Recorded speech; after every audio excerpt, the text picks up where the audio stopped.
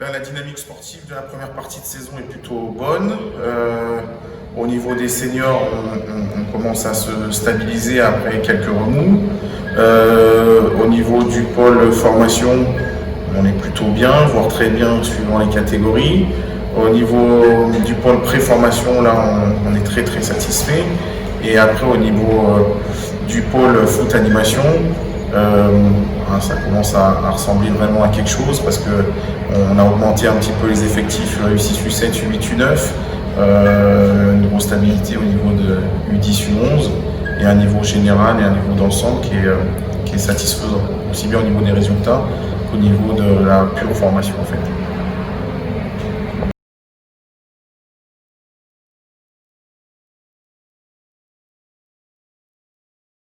Le foot animation, c'est ce que je disais sur le bilan de la première partie. C'est la même, si ce n'est qu'on va commencer à intégrer des U11 avec les U12, donc sur un pôle un petit peu plus de compétition pour commencer à les aguerrir et puis après mettre l'accent sur les portes ouvertes aussi pour accueillir des nouveaux joueurs, des nouveaux profils, des nouveaux garçons donc voilà, c'est avant tout plaisir, bien finir l'année avec des tournois. D'ailleurs, nous, on aura quelques beaux tournois aussi à domicile. Donc former, plaisir, plaisir, plaisir. Voilà, foot animation.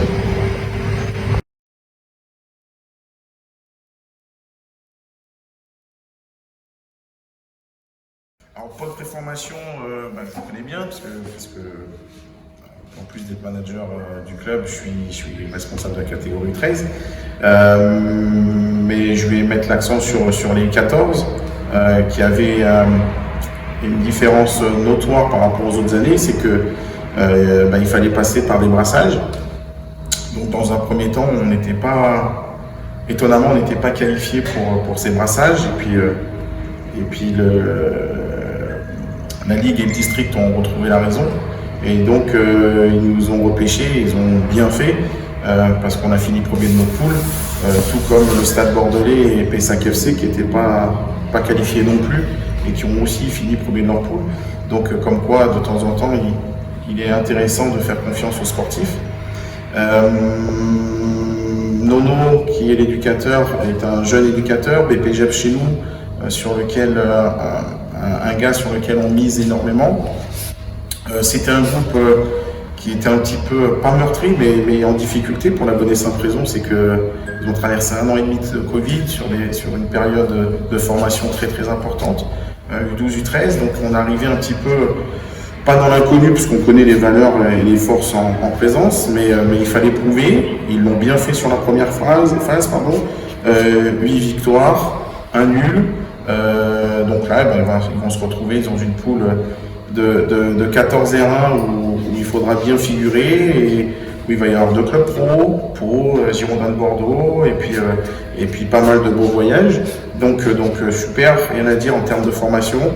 À eux de confirmer la bonne première partie de saison et pareil, nous doute qu'ils vont performer pour que l'on ait une équipe U15 R1 la saison prochaine. Concernant les U12 U13, là c'est pareil, le bilan sportif et de formation est bon. L'équipe A va partir en Ligue, j'imagine, j'ai pas encore les poules, mais bon, on est souvent dans la poule du Sud, donc on va sûrement avoir toutes les équipes du 40, du 64, sûrement Marmande qui va nous accompagner. Donc c'est un petit peu comme ça tous les ans. Donc super, l'équipe B va jouer en D1, ils commencent ce week-end leur championnat, l'équipe C et D en D3 et D4. Donc bilan sportif au top et très très content de cette génération 2009-2010. Et je félicite le staff avec lequel je travaille toute l'année parce qu'ils sont présents, ils évoluent dans le bon sens et ils font évoluer les enfants dans le bon sens, donc super.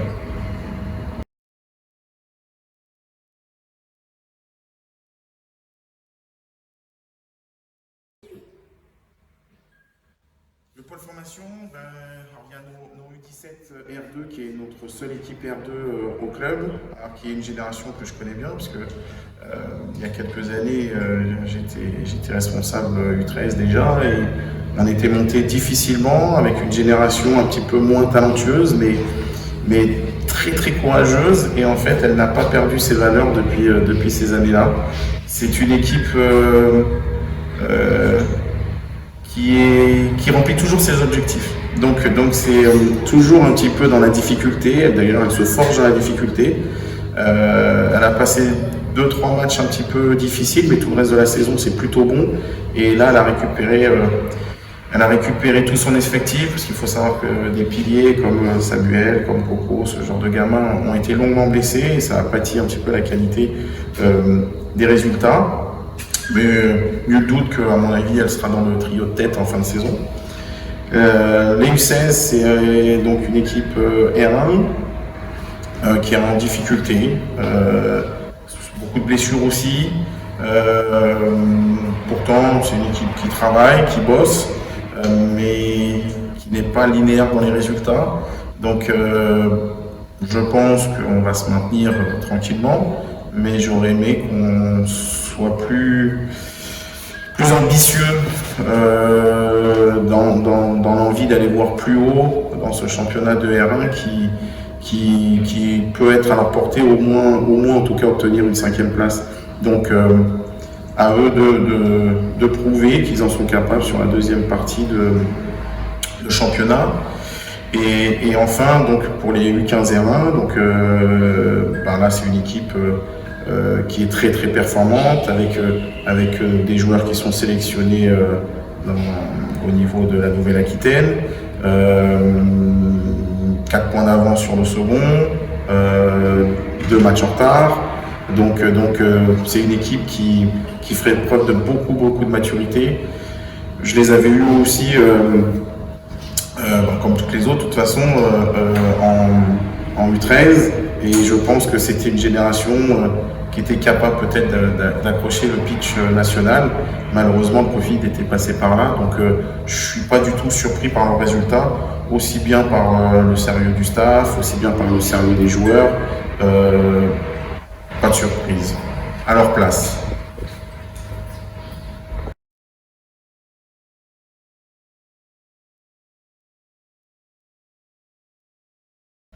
Le bilan est plutôt bon. Donc il faut savoir qu'en U17 districts, on est en entente avec Mazères.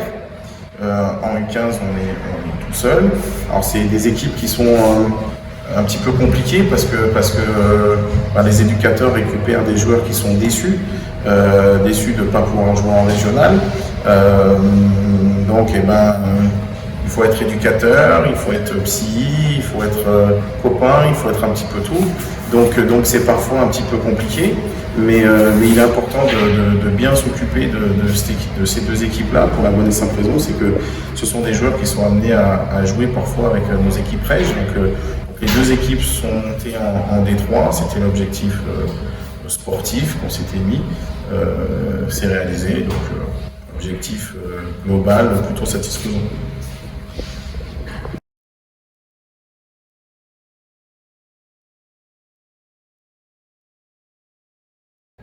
Le bilan il est bon, donc il faut savoir qu'au niveau du pôle féminin, quand on a commencé avec les seniors, avec Vallée de Garonne, ça se passe très bien. Et aujourd'hui elles sont actuellement 3e. Vu qu'on est sur une entente et pas sur un groupement, elles n'ont pas la possibilité de monter, donc on a décidé de former. Et on verra ce qu'adviendra la saison prochaine, où là je pense qu'on passera sur un groupement. Mais il y a une vingtaine de filles, elles ont la volonté de progresser, de continuer de jouer ensemble. Elles ont Christian Amouacon de Langon et Khalid de Vallée-de-Garonne qui sont leurs entraîneurs. Christian Amouacon est un entraîneur qui a officié en D1 féminine, donc qui a un certain vécu au niveau du foot féminin. Et il y a un groupe de filles qui est assez génial, donc elles s'entendent bien. Donc bonne dynamique, 3e, un match en retard, juste une défaite. Donc dans l'ensemble, on ne peut être que satisfait.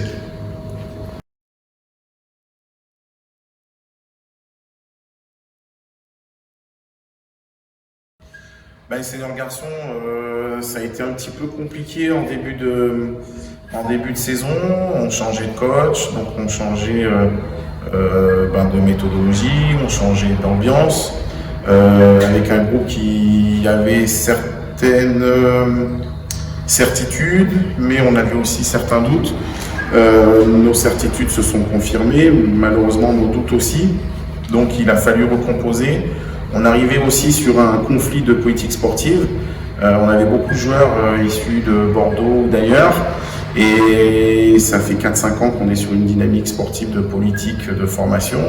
Et ayant choisi de ne pas faire de U18 ou de U19 pour justement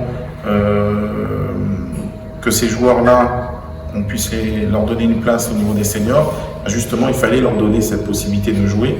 Donc on s'est séparé de quelques joueurs avant le 6e tour de Coupe de France contre Poitiers, et depuis on joue avec ces joueurs-là. Donc il y a 4 joueurs U18 qui sont titulaires à part entière, on a 2 joueurs U19, 2 joueurs U20, tous issus de notre formation.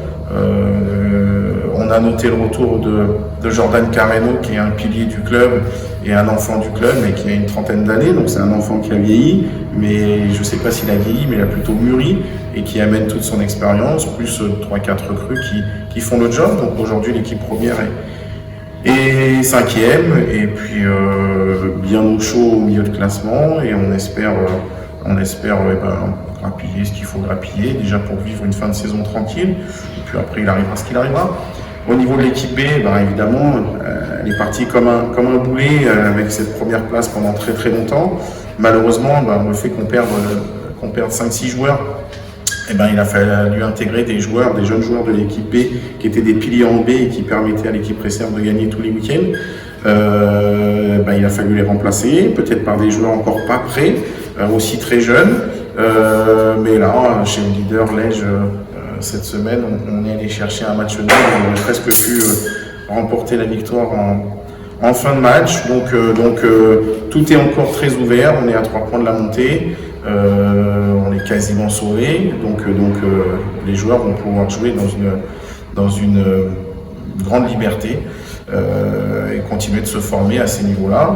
Ce qu'il en est de l'équipe 3 maintenant, l'équipe 3, déjà je suis content qu'elle existe. Pour la bonne et simple raison, c'est que ça permet du coup à l'équipe B d'avoir toujours des joueurs en forme.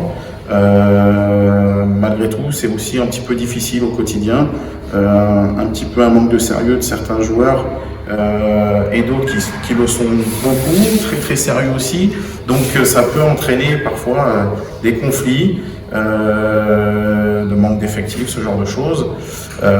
Malgré tout, on a deux matchs de retard, et si on y allait gagner, cette équipe se positionnerait à la 6e place. Donc il faut continuer à faire les efforts et continuer à soutenir cette équipe. Donc le bilan au niveau des seniors est, on va dire, moyen plus. Donc peut mieux faire.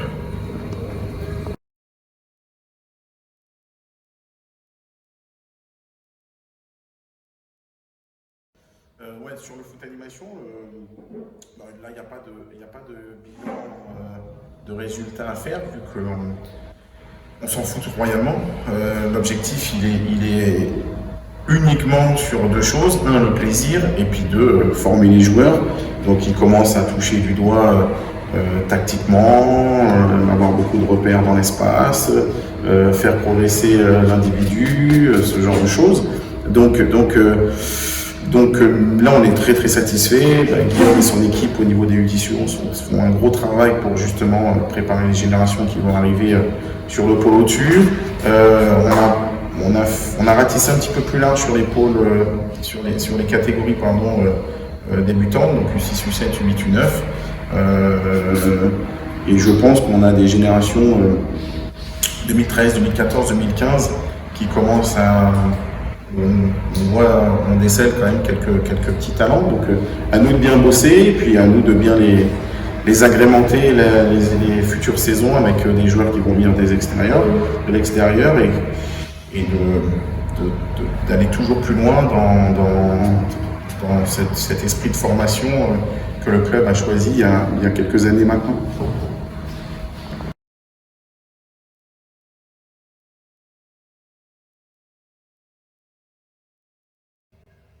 Pour le pôle formation, il est simple. Alors, je vais même mettre le pôle formation et le pôle pré-formation sur le même couplet. L'objectif, c'est de jouer au plus haut niveau régional. Donc, l'année prochaine, on aimerait avoir 17 R1, 16 R1, 15 R1, 14 R1 et les 13 en règle. Donc, c'est un objectif que l'on s'était mis il y a quelques années maintenant, et on est en phase d'y arriver, et ça sera une satisfaction personnelle et collective. Il faut savoir qu'en Gironde, il n'y a que 2 clubs qui aujourd'hui ont de U13 à 16 R1, et l'année prochaine, j'aimerais bien qu'on soit dans les 2 clubs qui ont de U13 à 17 R1. On serait, avec le Stade Bordelais, les 2 seuls clubs à pouvoir positionner autant d'équipes R1, et on serait dans les 10 clubs d'Aquitaine à avoir de U13 à 17 R1. Donc il faut se souvenir quand même que Langon est la 100e commune en termes d'habitants, donc on est une toute petite bourgade, et qu'aujourd'hui nos adversaires directs c'est Pau, c'est Girondins, c'est Poitiers, c'est Limoges, Aviron Bayonnais, et ce ne sont pas les mêmes bassins de population, et même en termes de licenciés, Langon l'année dernière était le 61e club en termes de nombre de licenciés en Nouvelle-Aquitaine. Donc ça nous positionne plutôt bien chez les jeunes, et ça veut dire qu'il y a un travail qui est fourni. Donc le plus dur, c'est d'y arriver, c'est déjà très très dur. Et l'objectif pour cette fin de saison, c'est d'avoir toutes nos équipes, confirmer toutes nos équipes en Régional 1. Et puis après, c'est ce qui est le plus dur dans la vie, c'est confirmer. Donc voilà, on bosse bien, mais il ne faut pas se relâcher.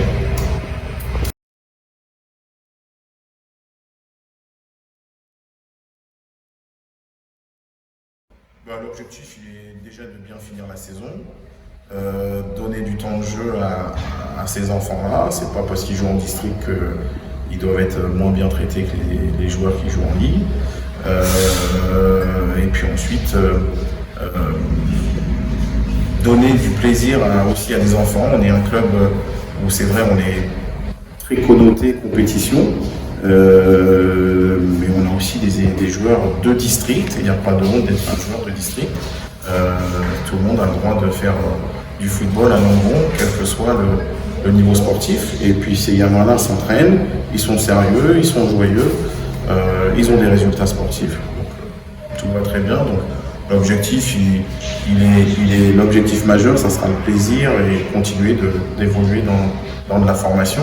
Et puis pour les joueurs qui vont être U17, ils seront en fin de cursus jeune chez nous, donc ils vont intégrer les équipes seniors. Donc on a aussi des équipes seniors district, donc ils trouveront leur place chez nous.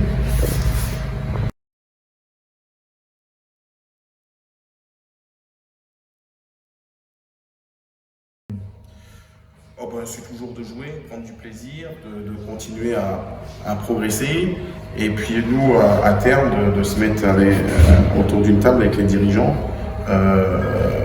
pour passer non pas sur une entente, mais sur un groupement, et toujours continuer dans le foot à 11. Donc là, on est au plus haut niveau du district.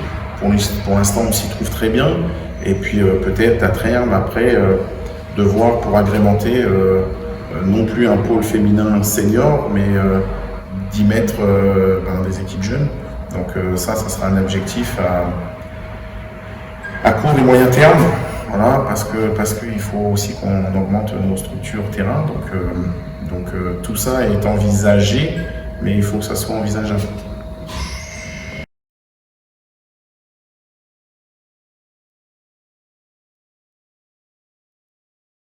L'objectif, il est un petit peu le même chaque saison, depuis qu'on a repris le club, c'est-à-dire que ne pas descendre, et puis si les équipes A et B notamment ont la possibilité à un moment donné d'accrocher mieux, c'est chercher un jour ou l'autre une montée, aussi bien pour la A que pour la B.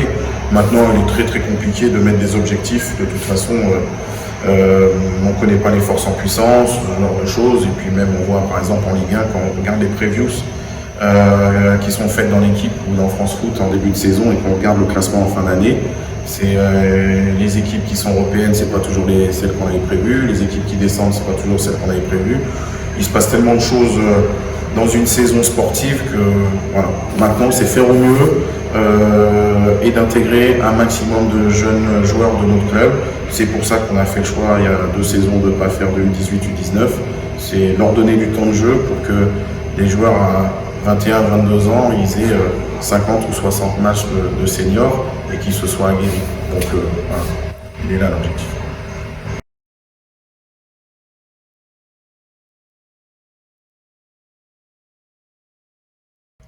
Bon, pour conclure, c'est vrai qu'on a trouvé notre vitesse de croisière.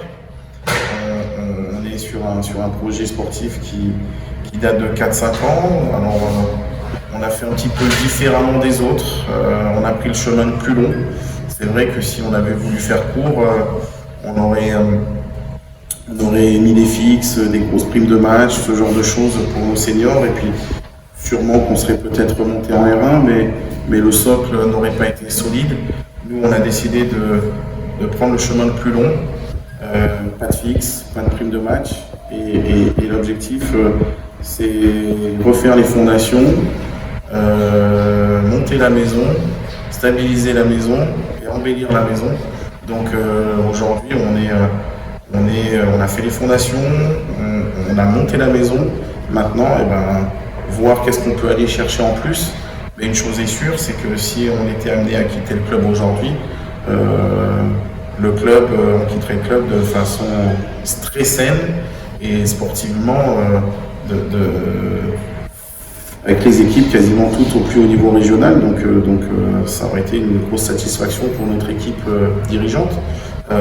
Mais vu qu'on n'a pas envie de quitter spécialement aujourd'hui le bateau, on va continuer de travailler avec les mêmes personnes. Et s'il y a des personnes qui veulent nous rejoindre dans notre aventure, on est ouvert à toutes les propositions pour essayer justement d'embellir notre projet et d'aller plus loin.